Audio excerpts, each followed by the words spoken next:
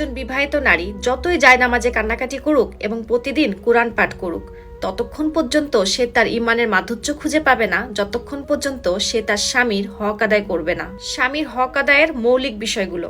Number 1, একজন স্ত্রীর উচিত তার স্বামীর পোশাক হয়ে যাওয়া, তার ভিতরে কমতি বের না করা, তার দোষ খুঁজে বের না করা, তার নিজের পরিবারের মাধ্যমে স্বামীকে পেরেশানি না দেওয়া এবং বিরক্ত না করা। নাম্বার 2, স্বামীর উপরে অসন্তুষ্ট না হওয়া, স্বামী যা দিচ্ছে সেটাতে আলহামদুলিল্লাহ বলা, শুকরিয়া আদায় করা। নাম্বার 3, স্বামীর সামনে খারাপ ভাষা ব্যবহার না করা। যদি রেগে থাকে অথবা খারাপ মেজাজে থাকে তাহলে শরীয়তের নির্দেশ আপনি স্বামীর সাথে সম্মান, মর্যাদা এবং ভালোবাসার সাথে তার রাগ মোকাবেলা করবেন। বিয়ের পর যে নারী তার স্বামীর ব্যাপারে যত্নশীল না, স্বামীর হক এবং অধিকারের ব্যাপারে অবহেলা করে, বিশ্বাস করেন আল্লাহ তাআলা সেই নারীকে ঈমানের মাধুর্য থেকে বঞ্চিত করে দেয়। এজন্য প্রত্যেকটা নারীর উচিত বিয়ের পর তার স্বামীর হক আদায় করার চেষ্টা করা।